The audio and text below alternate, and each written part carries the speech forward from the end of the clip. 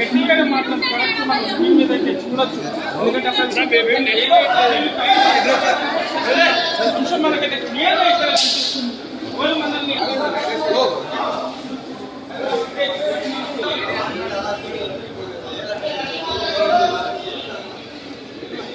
Kiran